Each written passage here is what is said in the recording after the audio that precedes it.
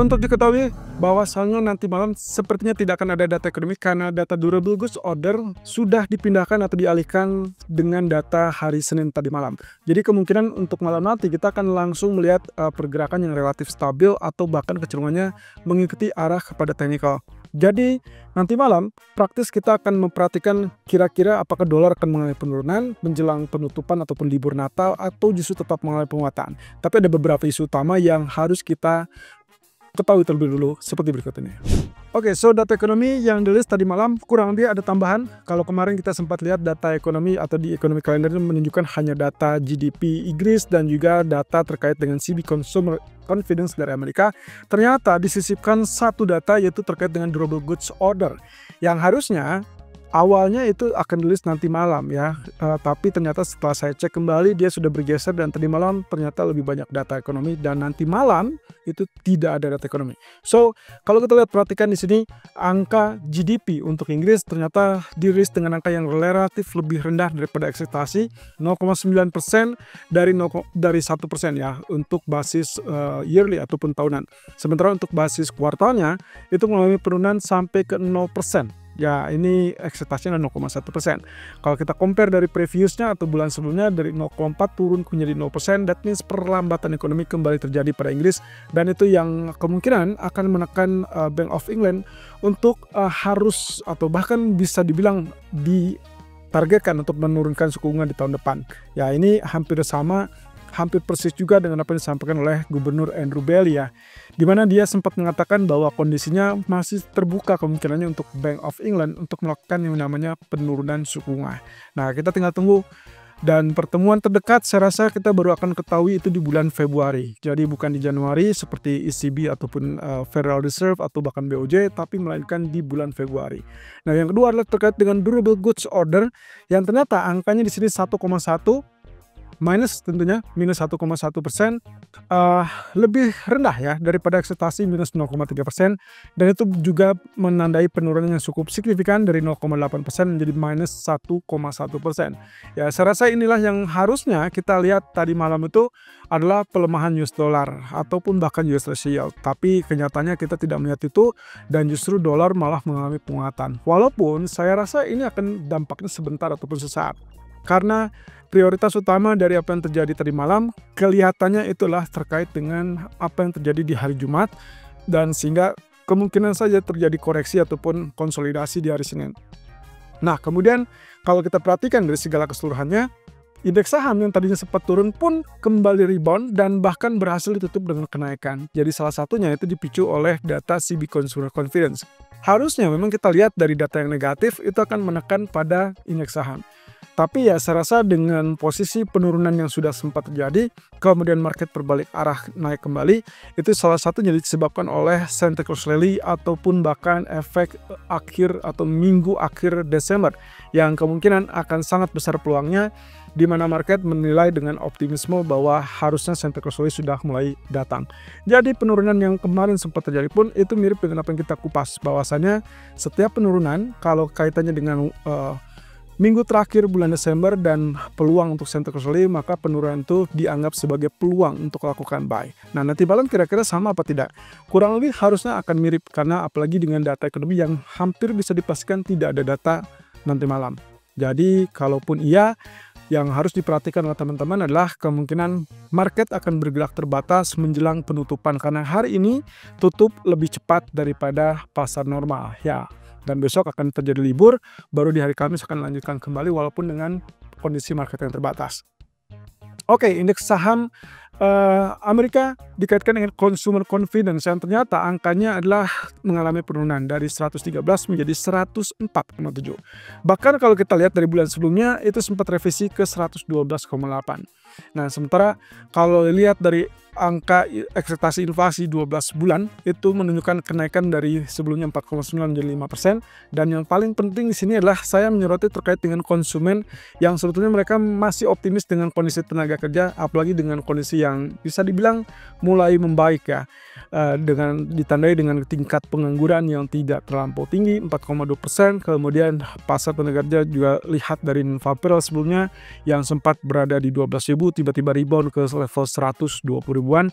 Jadi kalau misalkan lihat seperti ini, mereka masih cukup optimis. Tapi sayangnya mereka tidak optimis, tidak sama optimismenya terhadap kondisi bisnis. Jadi yang diragukan di sini, kelihatannya mereka mulai agak sedikit pesimis dengan apa yang akan dilakukan oleh Donald Trump di masa kepemerintahannya. Jadi masih ada waktu 1 bulan ke depan ya sampai inaugurasi ataupun pelantikan Trump di tanggal 20 Januari, tapi bukan berarti itu akan menjadi akhir, teman-teman. Karena begitu mereka masuk ke dalam pemerintahan baru, berarti ada 4 tahun ke depan yang harus bersiap dengan segala kemungkinan yang bisa terjadi terhadap kepemerintahan Donald Trump tersebut. Kalau kita berkaca pada kasus 2017, of course ada faktor ketidakpastian di sana. Ya walaupun kemarin atau di November kemarin sambutan cukup baik yaitu terkait dengan kemenangan Donald Trump. Nah kita tinggal tunggu apakah ini akan berbeda situasinya atau mirip-mirip dengan 2017. Yang jelas volatilitas di tahun 2017 itu akan sangat menarik. Kemudian proyeksi terbaru dari UBS yang menilai ada 2 sisi di sini yang dia nilai. Pertama yaitu terkait dengan Federal Reserve. Menurut mereka akan memangkas 2 kali 25 basis point. That means totally 50 basis point. Mirip dengan apa yang disuguhkan ataupun ditayangkan di dalam dot plot Fed terbaru. Nah ini agak sedikit berbeda dengan apa yang kemarin kita sempat share ya. Dari HSBC yang meyakini masih ada 3 kali pemangkasan. Sementara UBS masih nilai cuman oke, dia upgrade yang tadinya 100 basis point. Akhirnya mereka adjust ataupun menyesuaikan dengan ekspektasi terbaru yaitu hanya sekitar 50 basis point dengan total 2 kali 25 basis point dimulai bulan Juni dan September. Itu artinya teman-teman di pertengahan tahun pertama kelihatannya UBS ragu akan terjadi penurunan suku bunga. Ini kaitannya dengan data ekonomi. Jadi poin utamanya adalah terkait dengan data ekonomi lagi-lagi yang akan dicecar ataupun yang akan diincar oleh Fed. Nah, dalam hal ini berarti proyeksinya adalah terkait dengan data ketenagakerjaan, yaitu mungkin tingkat pengangguran ataupun bahkan non-farm payroll, termasuk juga data inflasi. Jadi perhatikan saja, di tanggal yang terdekat berarti 10 Januari kita akan perhatikan data non-farm payroll yang diperkirakan apakah itu akan mengalami kenaikan lagi atau justru terjadi penurunan. Kalau misalkan data inflasi rendah, tenaga kerjanya juga rendah, maka kecenderungan yang akan kita lihat di situ adalah pemangkasan akan jauh lebih awal dan perkiraan dari UBS itulah di bulan Maret. Nah, sementara terkait dengan mata uang, menurut UBS, pandangan mereka menilai bahwa kondisi dolar kelihatannya masih terlalu mahal. Ini dikaitkan dengan apa yang terjadi baru-baru ini. Dorongan yang memang terjadi pergeseran terhadap sikap kebijakan Federal Reserve dari yang semula memprediksikan siklus penurunan akan berlanjut dengan 4 kali penurunan ternyata menjadi 2 kali. Nah kemudian yang kedua adalah terkait dengan kebijakan pemerintah Amerika. Nah tapi pada dasarnya dari apa yang dilihat oleh UBS kelihatannya kecenderungannya ini cenderung menilai dolar sendiri terlalu tinggi ya, sehingga dia lebih menyarankan kepada investor untuk mencari alternatif mata uang lain dan tertuju kepada pound sterling dan juga Australian dollar.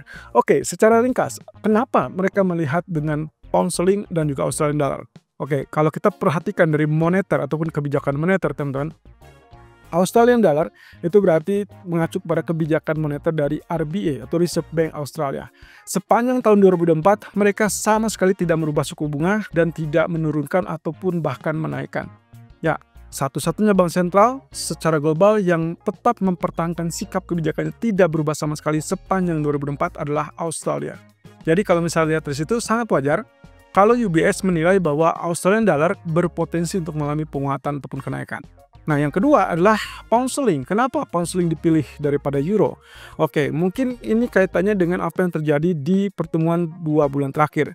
ECB melakukan penurunan suku bunga di bulan November, itulah yang terakhir di tahun 2024 dan itu tercatat sebagai 4 kali penurunan. Sementara pound sterling atau dalam hal ini adalah Bank of England itu hanya sekitar 2 kali penurunan, itu pun di bulan Desember kemarin dia mempertahankan tingkat suku bunganya. Jadi tidak melakukan penurunan lanjutan. Nah, proyeksi di tahun depan, di tahun 2025, bisa dibilang BOE juga cukup irit untuk melakukan penurunan suku bunga. Mungkin bisa dibilang target mereka hanya diproyeksikan sekitar 2 kali. Walaupun Gubernur Bank Sentralnya bilang, ya bisa 2, bisa 4 kali. Jadi kita masih melihat ini cukup berimbang. Tapi pada dasarnya itulah yang mencerminkan kenapa UBS menunjuk ataupun memperkirakan bahwa pound sterling ataupun Australian dollar itu akan jauh lebih menantang di tahun depan. Sementara itu proyeksi dari MUFJ ini kaitannya dengan mata uang euro sendiri teman-teman. Jadi menurut MUFJ mereka menilai euro punya kemungkinan ya potensi untuk mencapai angka paritas atau angka parity. Angka parity ini berarti angka kurang lebih kalau kita compare dengan US dollar itu berarti di 1.00.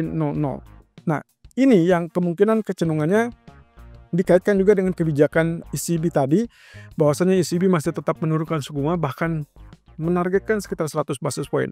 Ya, terminal risk mereka ditargetkan sampai kurang lebih 2%, di mana saat ini ada 3%. Jadi kurang lebih 100 basis point, that means 4 kali 25 basis point.